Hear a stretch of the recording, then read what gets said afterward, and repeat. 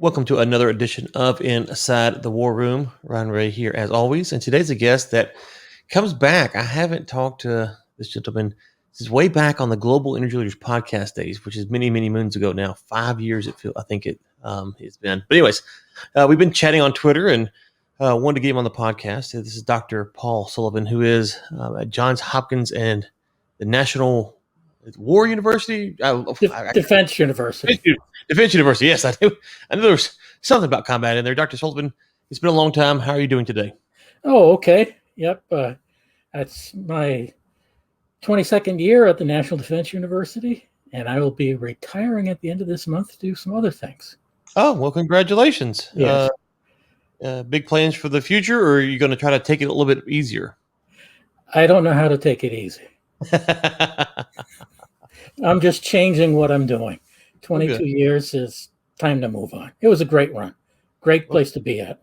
Well, congratulations, and look forward to hearing what you have next. All right. If I could just give the scene setter here, and then we can go from here. Go ahead.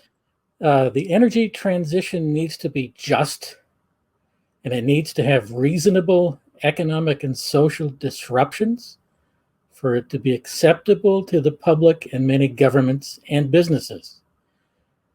If it's not reasonable and these disruptions are in the extreme and zealotry is involved on either side, then people are not going to accept it, and there could be a huge backlash. And any attempt toward an energy transition or resolving some of the climate change issues could go steeply in reverse in some places and in some industries. So strategic thinking is required. Critical thinking is required. We need to know what the realities are. So you mentioned a word there, just.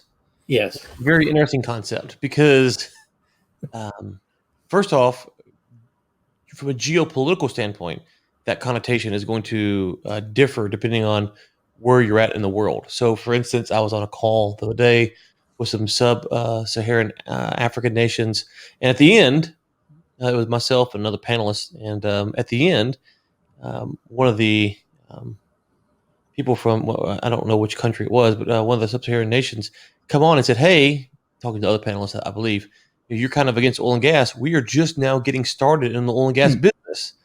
So we talk about justice, maybe unpack how globally we should think about this, because it's very, I think the Americans don't think through the issue well enough, both sides, to your point, but also it's going to depend if you're in Saudi Arabia and you want to get rid of, you're telling the Saudis you want to get rid of oil tomorrow. Well, their whole economy has been based upon the oil business. So how do you think about justice or being just? Well, we could even start in Ohio on this issue.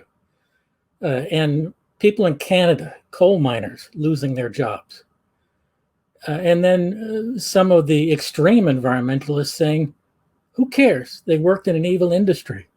That's not justice, certainly, when you think about coal miners losing their jobs and people working in the shale gas fields and others working maybe in nuclear plants. Justice has a lot to do with having people having a chance for a good life, for development, for education, for human security. And that would apply also, let's say, to a sub-Saharan African country or to a Latin American country like Guyana, which is really just starting its oil fields now. It's just starting to get some wealth out of those fields, maybe some gas in there as well. And then some outsiders say, no, you can't, you have to keep that in the ground. What does that mean for justice to a Guyanese? Even though that money may be wasted through corruption, as it often is. And that's another aspect of justice. We're seeing a sense of justice, in quotes, work itself out in OPEC these days. When the Emirates stood up and said, no, we want to be able to produce and sell more because we put a lot of money into developing our capacity. So it's only just for us that we're able to produce and export more of it. They're also looking at justice as we have this stuff in the ground, and if we don't get it out before the energy transition gets really moving quickly, it's stuck there and it's not going to help us. But they can twist that a bit by looking at the oil, in particular, and the gas to some degree, to produce hydrogen and then have an alternative source of income. But if you're sitting in a country like Equatorial Guinea, which is massively unjust anyway, the average income per capita last time I checked was about $30,000 a year, but the average person probably made 150 to 200 because it's so bloody corrupt. What would happen to those very poor people if Equatorial Guinea could not export its oil and natural gas? It would be even worse. It would be like Haiti, a poor country offshore of a rich country with great corruption. Certain poor countries have these resources and they want to be able to reuse those resources. And yet there are many people, and this is one side of it, what I guess some people will call the far left, saying, no, you can't do that because that's going to increase climate change. Yeah, I get it. Climate change is happening. And then there are people on what some people decide is the far right who say we have to get all this stuff out of the ground. Who cares? Climate change doesn't exist. Let's move forward.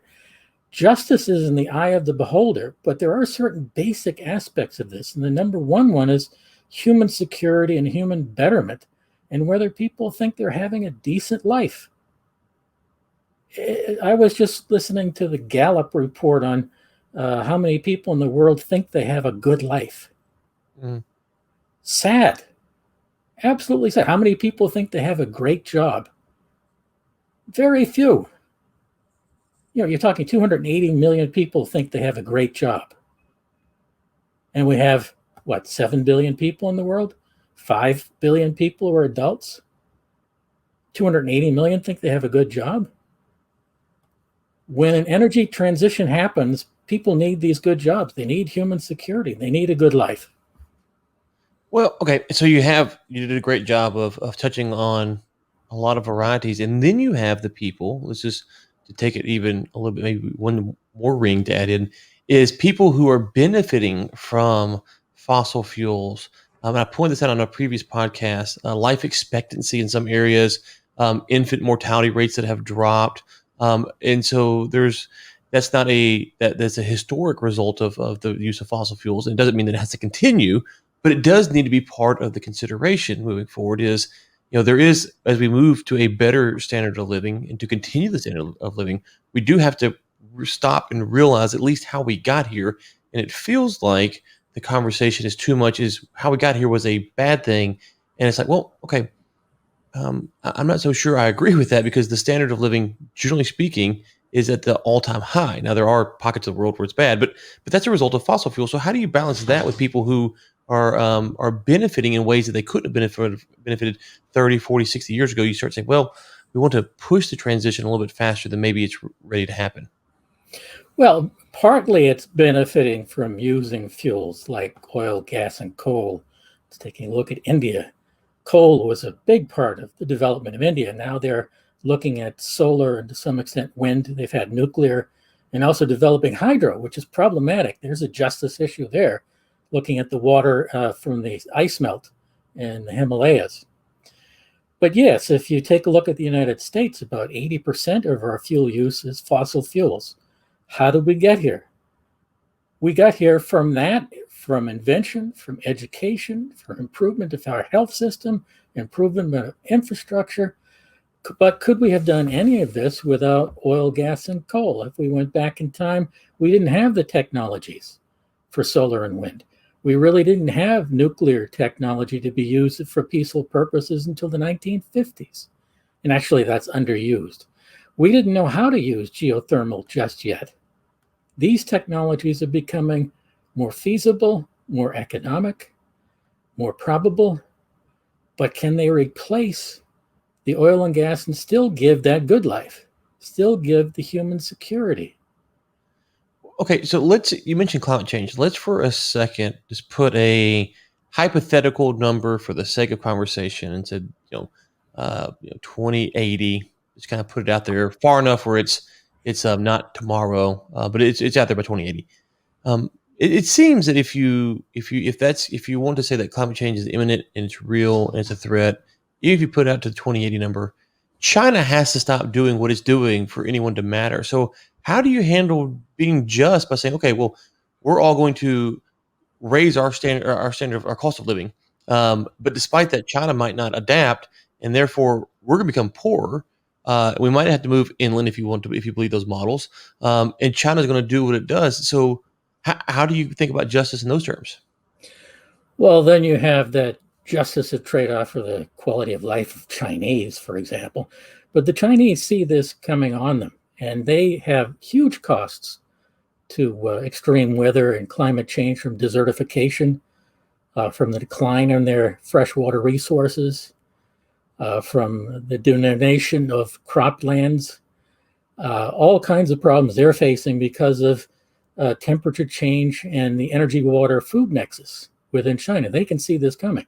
They have positioned themselves very well for the energy transition by developing rare earths, by developing minerals in the DRC that are used for batteries, for EVs and these new technologies, for controlling a lot of the minerals that will be used for the energy transition. The Chinese have set themselves up. Anyone who's focused on oil and gas like Russia and is not doing what the Chinese are doing, trying to control these minerals, they're off the boat. They're going to go to the side. Russia's exports mostly, 65% minerals, mostly fuel minerals. And they're not really focusing on the new energy systems.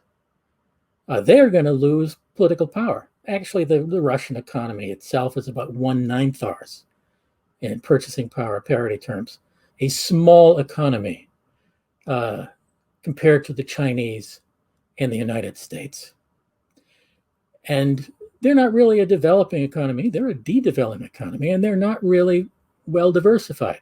The Chinese are diversified. They're looking forward to this energy transition. They're looking forward to how they can gain profit from it. They control a huge proportion of the battery market of the world. They have the fastest growth in EVs, including electric buses, electric aircraft they're working on, electric boats, you name it. They're ahead of the game. Technologically, they've stolen most of the technology, but they're moving forward.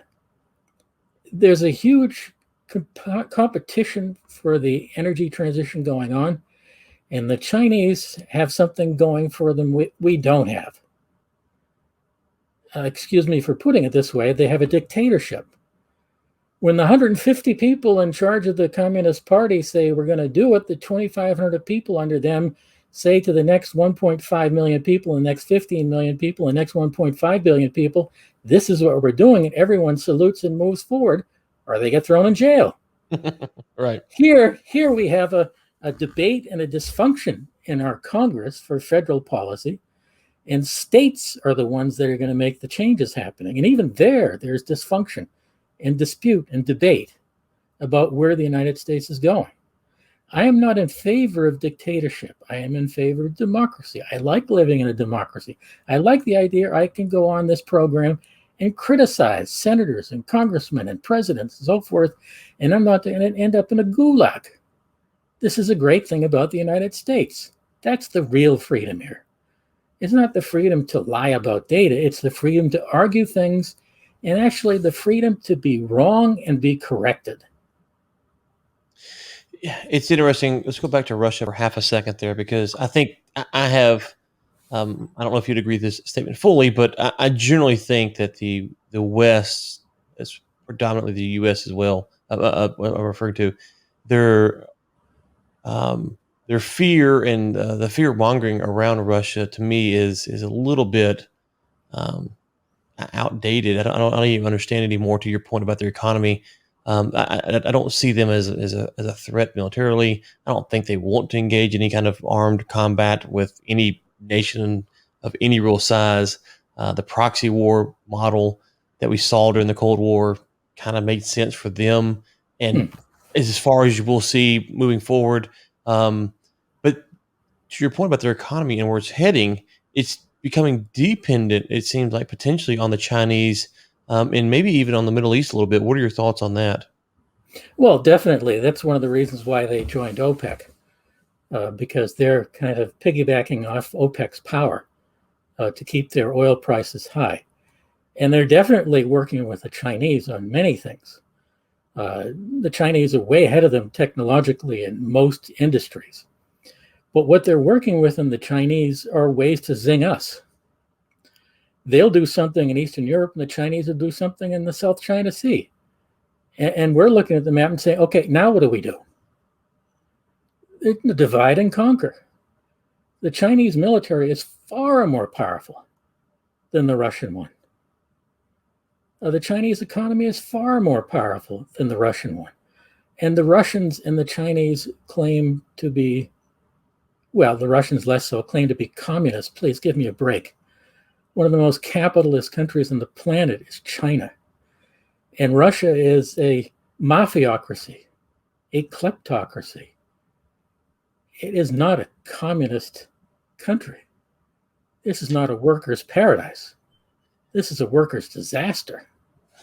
Well, China has a weird view. It feels like once you get to, they want you to kind of explode and get really big, make a lot of money, and then at that point, either you kiss the ring or they're gonna make you kiss the ring. So, like once you kind of cross that threshold, they're gonna rein you back in because they're a little concerned that you got too big for your britches.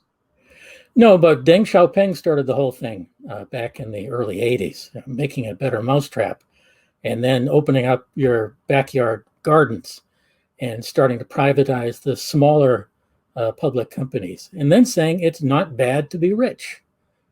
And then the country started to take off, and then there was a crackdown on corruption.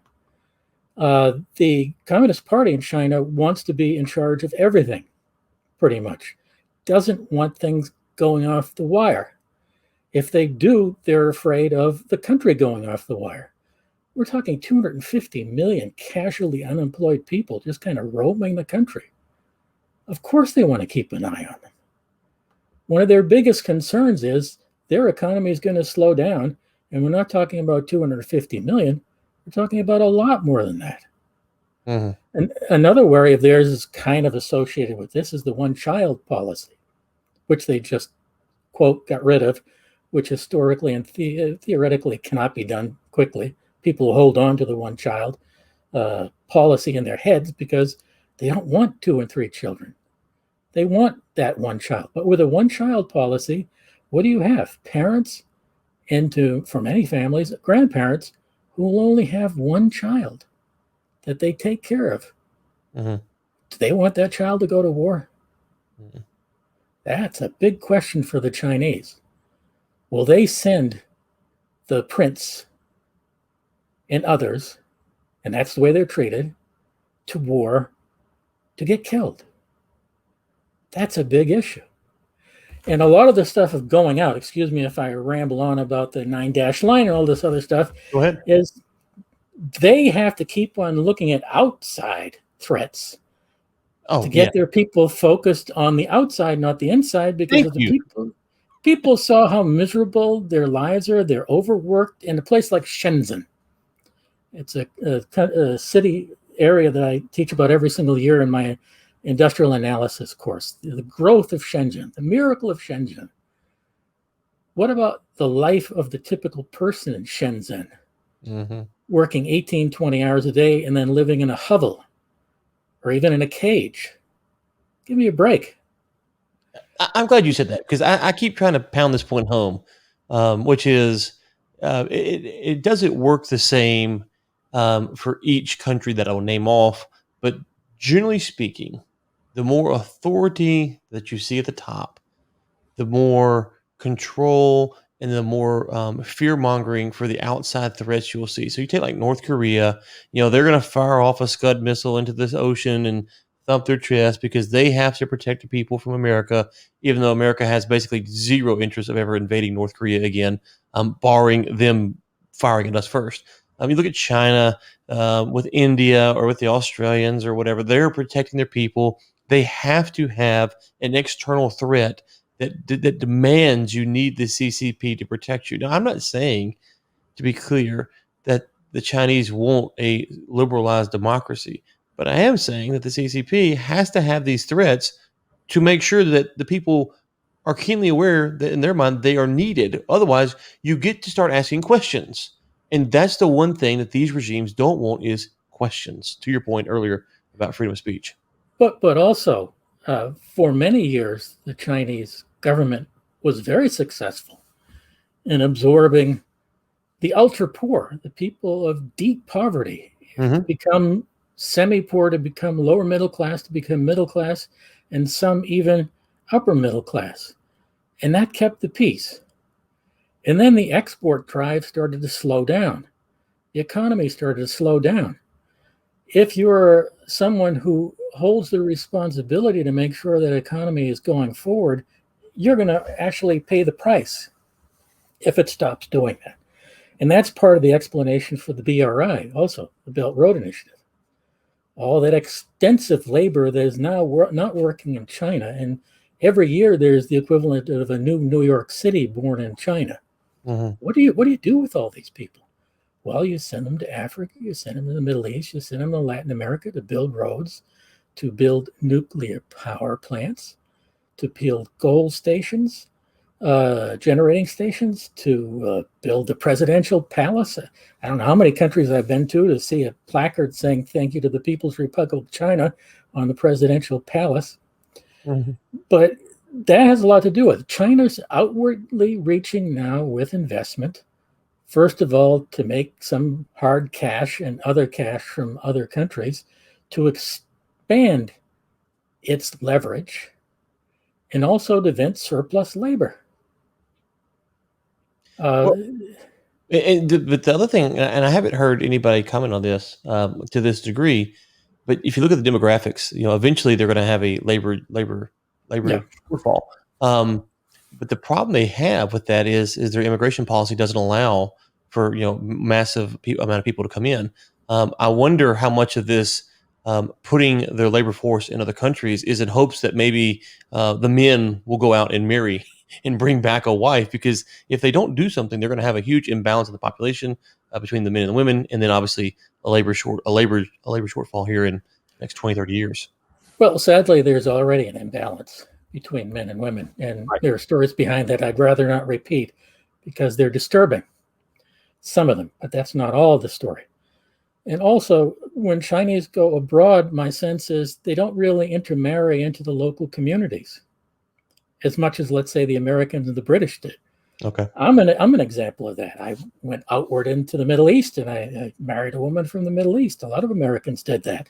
A lot of Americans married Africans working AID in Latin America. We're a mixed culture. We don't have a sense of that. Well, it's hard to say because some people in the country do have a sense of their own superiority for their basic characteristics. And that's really a euphemistic way of putting this. And that's a problem we have to deal with in our country.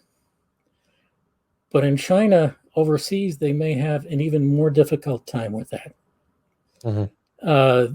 The United States has been out there for a long time. For many years, we were not considered the imperialists.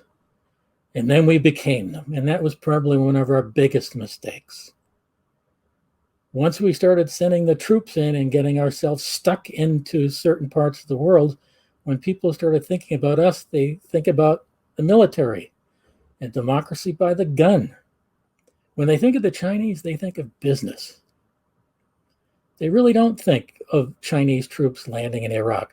They think of the Chinese investing in an oil field. They don't think of the Chinese taking over Afghanistan. What they will do is subtly start to build roads and small businesses, check out the situation, look at the risks, and say, this is right near us. We could benefit by extracting that $1 trillion in minerals. That's in Afghanistan. And if it helps the Afghans in the process, so be it. Right. So I want to circle back one more question on the one-child policy. I had a guest on a few episodes back who said that he did not believe, and it's the first person I ever heard say this, he did not believe that the Chinese people followed the one-child policy. I've never heard anybody articulate that. It kind of caught me off guard. Everything I ever looked at was pretty strong indicator that that the one-child policy, especially in the big cities, was forced. Maybe in some rural areas you might see it, but you brought it up, so I'm curious.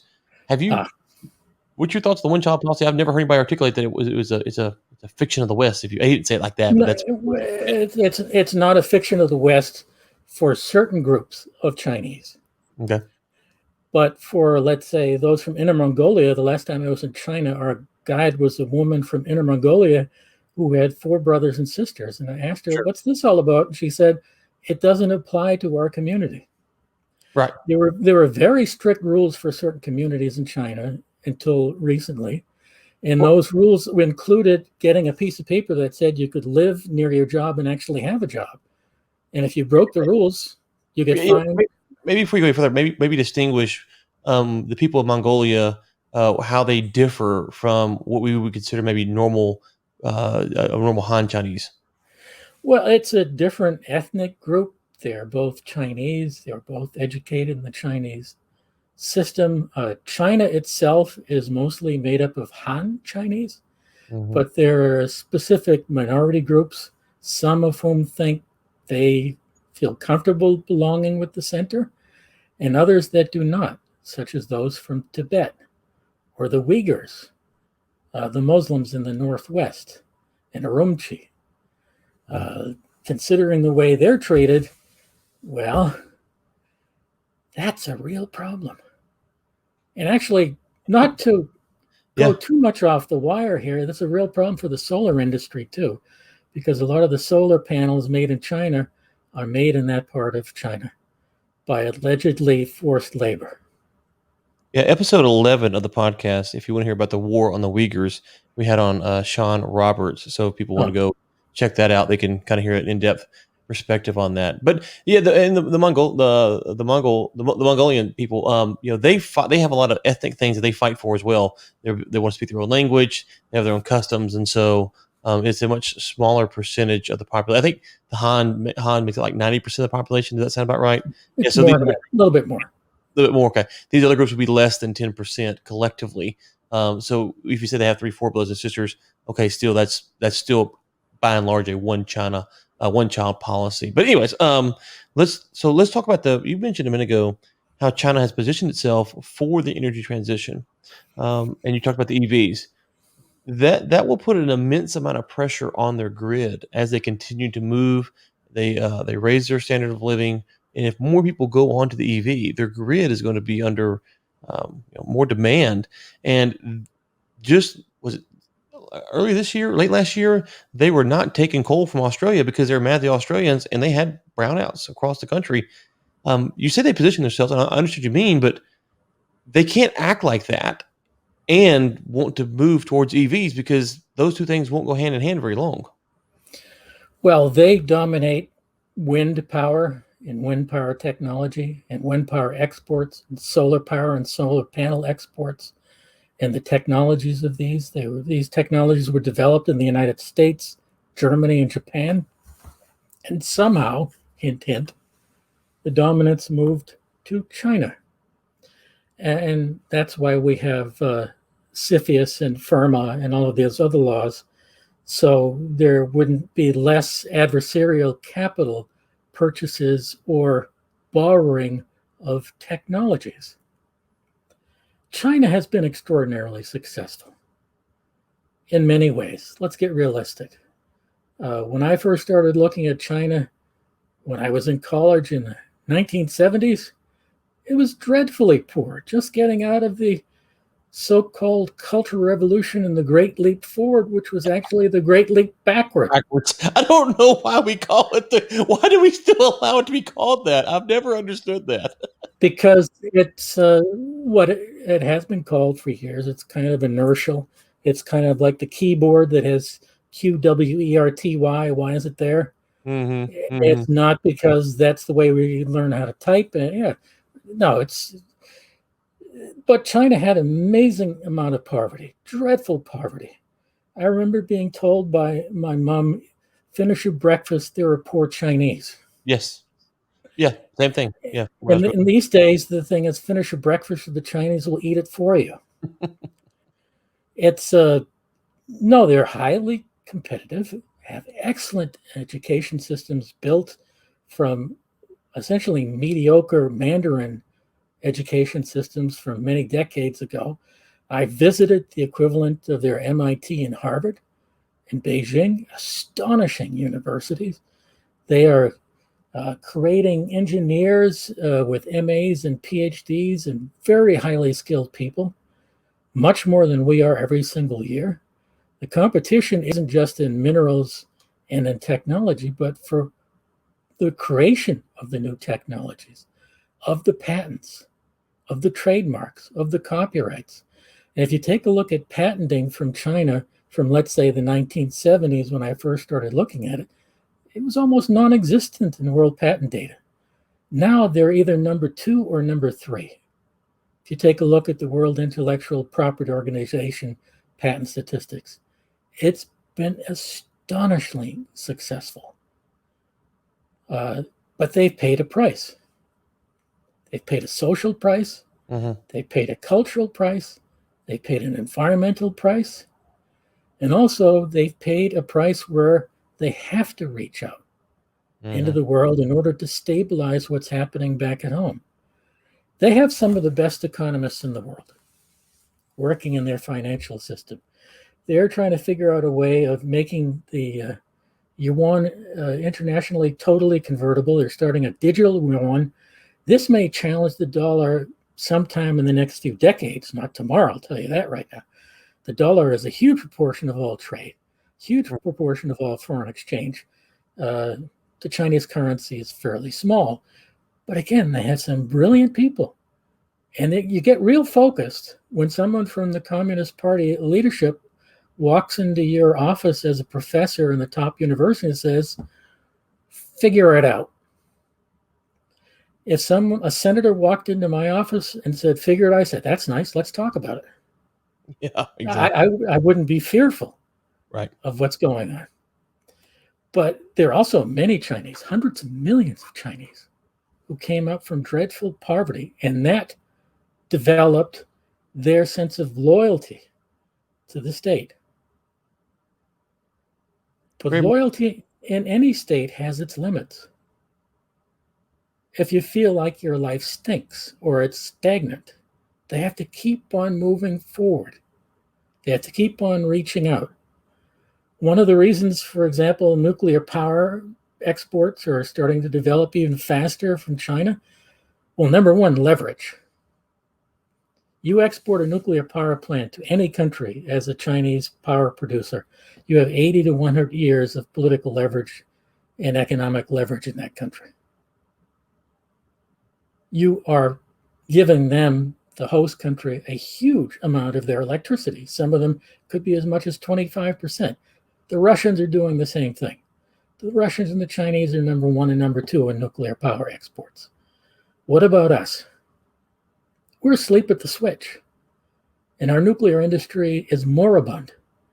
The only way to wake it up is to become competitive with the Russian and Chinese nuclear industries, and to work with other nuclear industries with our allies, let's say the Japanese, the French, the British to some extent, the Germans. This has to be an alliance of supply chains, an alliance of policymakers, an alliance of finance. Because China is a giant on this. And Rosatom has $130 billion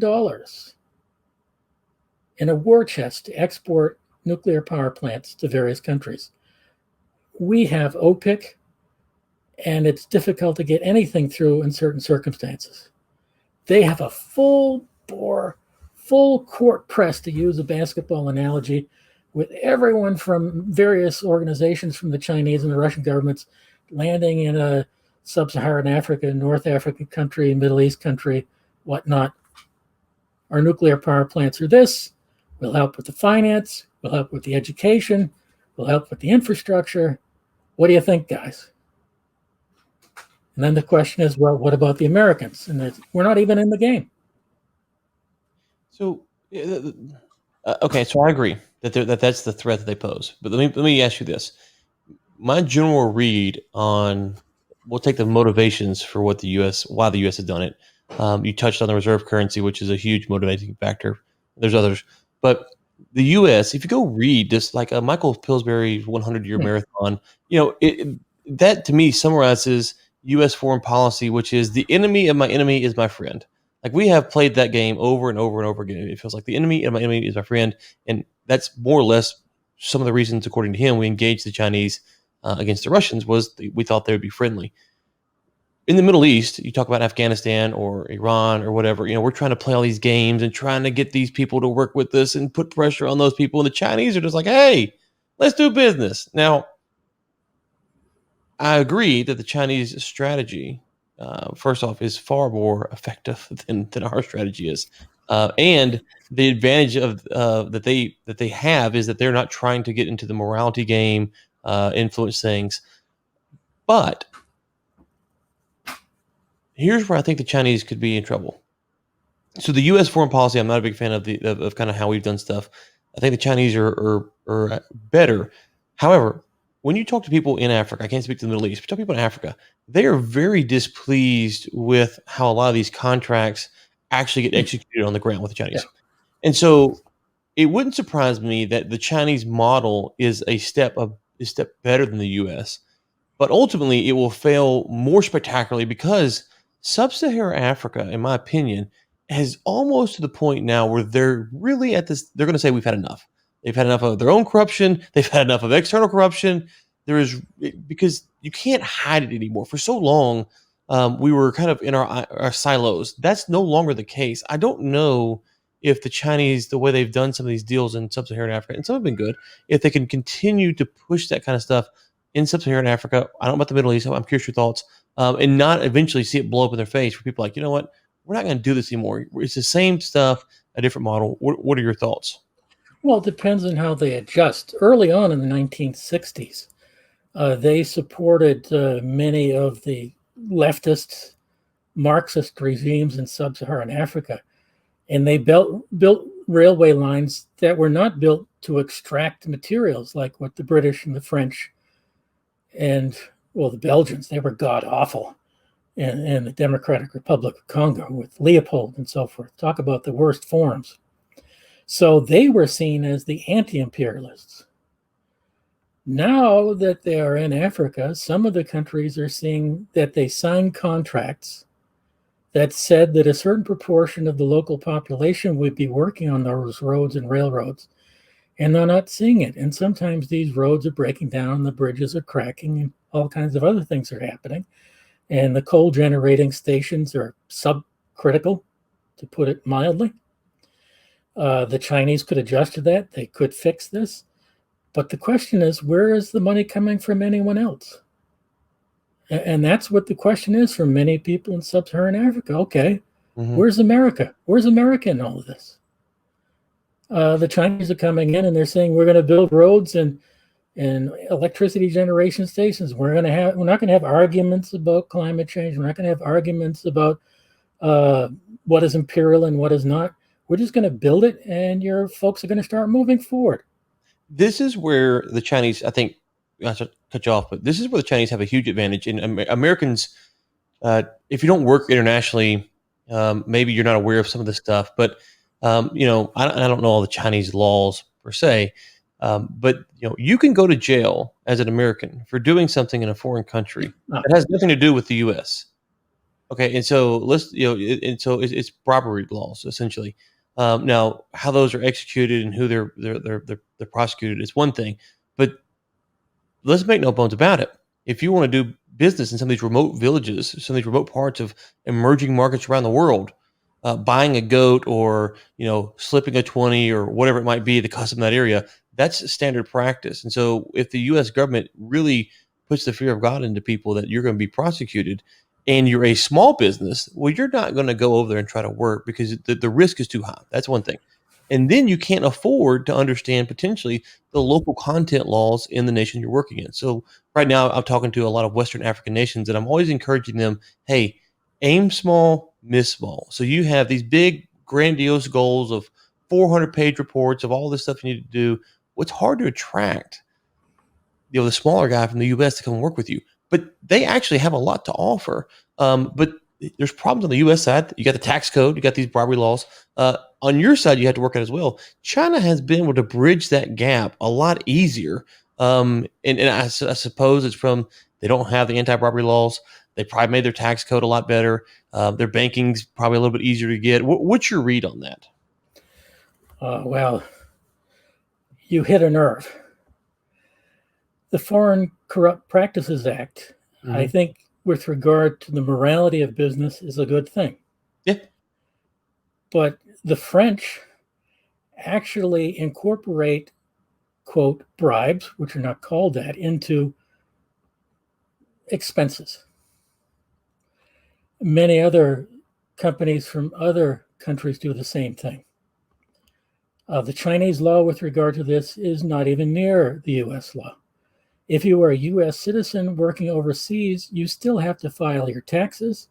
You have a certain amount of your income that is deducted. I think the last time I checked, it was about 108 or 110,000 a year. After that, you have to pay taxes. You still have to file your taxes. You have to say what your investments are in the country, whether you have bank accounts and all this. Many countries don't have that. That extraterritorial doesn't exist. So let's say you're a small businessman and you're a consultant, and you're competing with someone from the United Kingdom and Germany. They don't have those roles. And actually, those countries and companies within those countries can hire them at a lower rate. And they'll come because net, they're still doing better than the Americans. There is a great deal of incentive for Americans not to work overseas. For small business, it's a huge risk, particularly if you walk into a market. And most Americans, when they think of contract law, they think of if someone breaks the contract, okay, we take them to court or we go to arbitration. And we can resolve this. It happened pretty quickly in the United States to resolve that.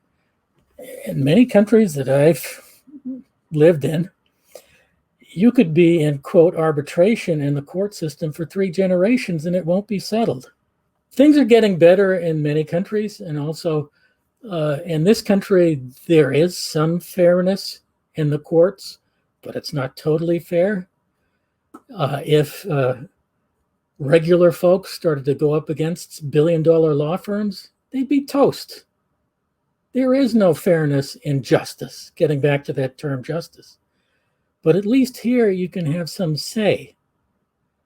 But in some countries, the contract is negotiated after it is signed. And it doesn't matter what the contract says if circumstances change. And a lot of American small businessmen can't handle that. As soon as they hear that, they'll stay away. Unless there's some protection from the US government, some kind of insurance protection, something from OPIC, something from the State Department, something from Commerce Department, helping them out, a lot of them aren't going to touch it. You can't blame them. Sorry.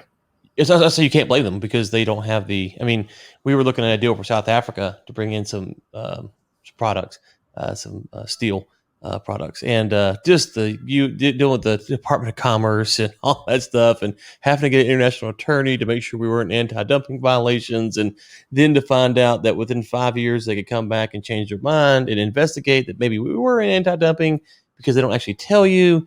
You know, you're like, oh my gosh, the risk here is unbelievable. And that wasn't even the South African side. That was the U.S. side. Well, yes, there is a lot of risk, and certainly these things could be streamlined and be made more pro-business. There are other countries, one in Central Asia, not to be mentioned, that tried to start its mining industry with uranium and coal. And they brought in a lot of firms from Canada, the United States, and Australia. Then the government changed.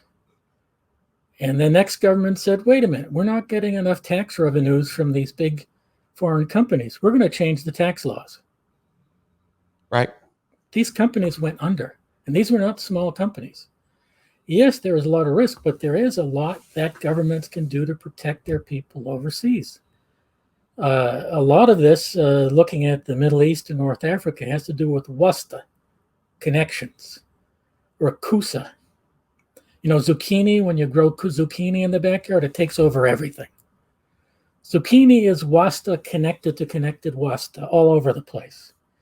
If you're in a certain country in a certain part of the world, not to be named, and you have those connections, and somebody gives you a hard time, saying the contract is no longer valid, you call up your uncle.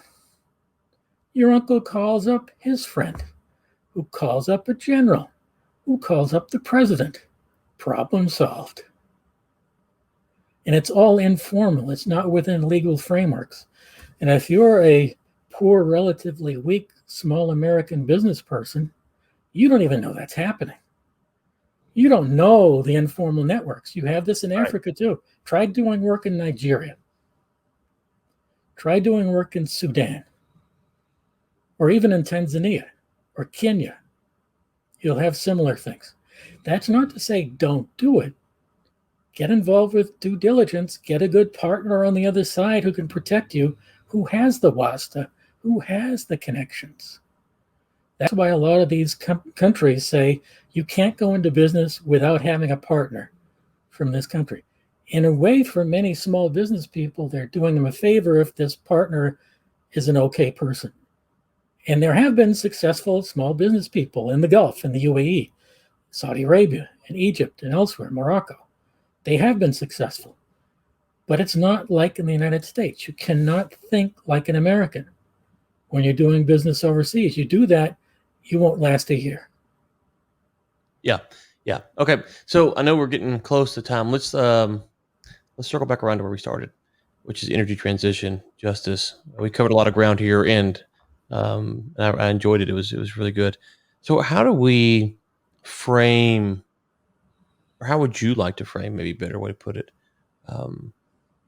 justice on on these issues, and what are some points that you might want people to think about as they think about energy justice, climate justice, business justice, how to think about it? Because one of the problems that I have when you talk to maybe someone from China is they say, well, the Chinese way of morality is a little different than yours. It's like, well, okay, I can kind of halfway understand that, but that also can't be an excuse just to lie to me blatantly, because you'll have the kind of the safe face thing or something. And they're like, well, it kind of is like that. It makes the conversation to be the way you think about it to be a lot more difficult than it should be. But that is the world we live in. Well, you need to have anthropologists at your side, people who understand the cultures, people who understand that when, let's say, someone in Japan or China says yes, what they're really saying is maybe, and you have to read their faces. And the perspective of some cultures, doing something like that is not a lie. That's just the way business is done. And in some cultures, you have to go to the head man or the head woman to get the real decision. And you may be talking with the wrong person. There's an apocryphal story of someone being in a Saudi Navy vessel and saw someone with an admiral's uniform on, and went up to him and started talking with him. And another guy in the boat said, nudged him, no, that's not the guy in charge. It's this guy over here. He's in the family. Talk with him. And once you understand things, that's changing in Saudi Arabia too. It's becoming more professionalized, changing in many other parts of the world. But you have to understand the culture and the language of people you're dealing with. That's where anthropologists come in. They're experts in understanding culture and language. We need a lot more anthropologists working in business to help us understand how we can deal with this overseas. Dealing with the Chinese can get really complicated because it's so opaque to Americans. Mm-hmm. First of all, you have to learn Chinese. And I tried that way back when, and get the ice pack, put it on my head, and hope for the best. It's not only that understanding the direct translation, it's understanding the connotations, the emotional meaning, the in between the words understanding. That you really don't get unless you have an expert beside you who's been living in the culture, understands the culture. You may take at face value a word said by someone in any country, and you may understand it as an American definition, connotation, and then you get all upset. Oh my God, he lied to me. Well, in his viewpoint, he didn't lie to you. Mm-hmm. He was explaining things from his cultural perspective to someone who's not of his culture, and things are happening behind the scenes. It's like when people say they're going to be on time. I'm sure you've run into this in many countries. Mm-hmm. I gave a talk at a UN conference in Nairobi. It's 2007. I was scheduled for 8:30. There I was, the American, in the room at 8:30, completely empty. And the janitor walked up to me and said, "What are you doing here?" I said, "I have a talk at 8:30. Nobody's coming until 10:30. Go get a cup of coffee." To me, as an American, they're late. That's not good. That's upsetting. It's almost insulting. In some cultures, well, there are other things going on. Mm-hmm. There are other ideas, other issues that take precedence, family, talking with people, understanding what's going on, doing side deals, things like this. And in some countries, you have meetings at 2 o'clock in the morning. Mm-hmm. For Americans, it's like, what are you talking about? It's after 9 if you're senior.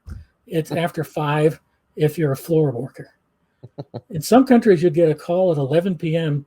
We're going to a wedding. This has actually happened to me. We're going to a wedding of my cousin. It starts at midnight. I may get you back to the hotel by 3. Is that okay? My first meeting was at 8 o'clock. And of course, I thought this is going to be an important thing to do, and I did it. And I learned a tremendous amount. Mm-hmm. We have to be more relaxed with other cultures, to understand other cultures.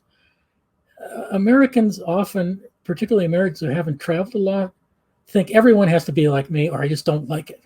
Mm-hmm. Okay, when you leave Texas and you go to Maine, they're not like you in Texas. That's right.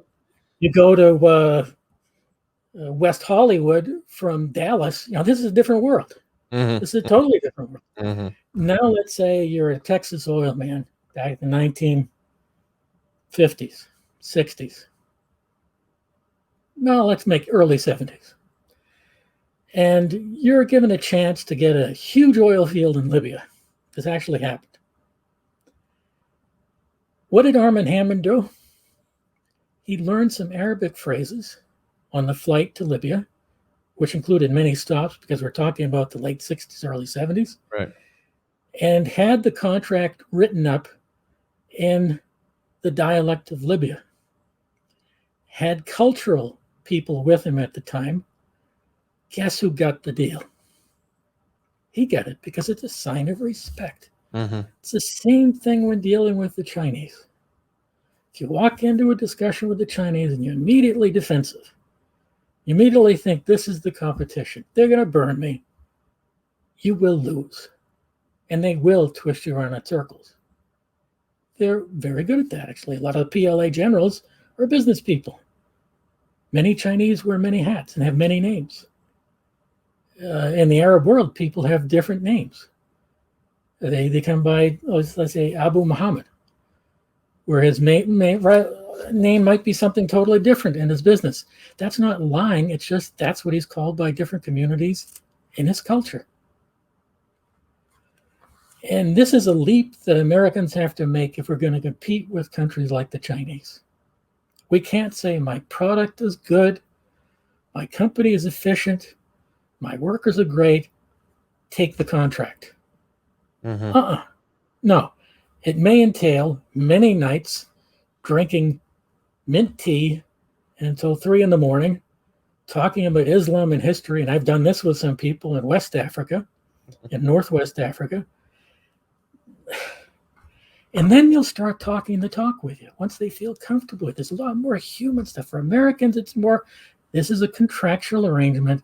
These are the data. This is their technology. This is the price. Let's go. You do that, it's considered an insult by many people in the world. Every country is different, and every area in a country is different. I could talk about this forever. Sorry, I think our time is getting over. No, it's great. I was going to say, it's funny to hear you say that because how I got my start working international was I won't tell the whole story, but the short of it is I volunteered to go down for free to visit some people in South Africa who were, I was hoping to make business connections with and do a presentation at their conference. They didn't pay me. I mean, they gave me I think a hat somewhere, but my company, we footed the bill to go down there and spend a week to go meet with all their various companies and peoples and just have lunch and dinner and it's a 16-hour flight, and take something. the doors that opened that first trip. I'm still paying dividends on that to this day. And we didn't go down there with any expectation of closing any deal. Just go get the lay of the land. And it's not like driving to Houston or flying to DC or going to Hollywood. It's a really and they appreciate that because they understood that A, I had done it, and B, the fact that I had done it had separated me from everyone else who said they were going to do it and never did. And so it's hard for Americans, to your point, to grasp that, but it really, you can't emphasize it enough. It's respect. It's wanting to understand their viewpoint. Mm-hmm. It's taking the effort to learn about them. It's taking the effort to learn about their country, their culture, their people, to sit down with their families and friends. Very meaningful. American contract negotiations are in boardrooms or in bars or in restaurants, and it's all about the numbers and words, often. It wasn't always that case, and it's not always the case now either. But I'll give you another story without getting too specific. Setting up an important field study in a Northwest African country. I didn't get the agenda. And my group is showing up in 3 days. I'm in the capital of the country. What am I going to do? They're in South Africa. They're flying up the next day. I don't even know what we're doing. So I hop in a taxi and I get driven over to the Minister of Foreign Affairs. Big carved mahogany doors, and I knock on the door. And this gigantic guard comes out. Can I help you? Immediately I'm thinking I made a mistake. Could I please speak with the equivalent of your Undersecretary for North American Affairs? And he's looking at me like, who is this guy? So he picks up the phone and he starts talking to the fella that I wanted to meet. And the fellow says, what's this guy's name? And I told the guard my name. He said, oh, bring him up. So I went up there and I said, sir, like an American, this is many years ago, could I please have the agenda? And he looks at me quizzically and then brings in the tea guy. So let's talk, sir. Let's talk for a while. So mint tea after mint tea after. One of the most important things to be a negotiator is hold your water. Excuse me for being so forward with that. And we're into about an hour and a half of this, and we're talking about history and our families and things in the past. And then he opens up the top drawer and says, oh, here's your agenda. And I thought, aha, that's how to get this thing done. So he said, thank you very much. I have to go to a family event. So I got in a taxi, went back to the hotel. As soon as I get into the room, someone calls me. Dr. Sullivan, we had to change your agenda. We'll have one for you on the bus tomorrow. They did that for the next 5 days. What happened a month later, there was a big attack in the capital city. They knew it was going to happen. They didn't want to share the information with me or anyone else. They didn't want my people to know about it. There's a lot of stuff behind the scenes you have to understand, and you'll never pick up on some of this stuff. Interesting. Yeah, that's it. Go ahead, sorry. The first time I landed in Cairo, I knew standard Arabic. Didn't help me at all. They were speaking. There I am. I studied the map of Cairo. I read 100 books about the country. First day, I got lost. So don't think you want to do business in the Middle East just landing there right from day one. I've been studying that part of the world for close to 30 years, and I still have a lot to learn. Yeah. Okay, well, let's wrap it there. I know we're up against the clock here. Love to get you back on again in the future. I think we could probably dissect more stuff and chew the fat a little more. But it was good to get you back on. It's been, guys, hard to believe it's been about 4 or 5 years now since we've talked, at least on this medium. So it's good to get you back on this new podcast. And people can follow you, I guess, on Twitter. Is that the best spot to send them to? Well, I'm on LinkedIn, but Twitter, I think I'm the most active. Okay. And I'll be doing a lot more writing and a lot more public speaking Okay. once I'm retired. I see a goal of mine for the rest of my life to help people understand these intercultural things, understand energy, environmental issues, and get out there more. I've been doing this with senior military officers and some of the top students in the country and the world. Now it might be time to branch out my audience.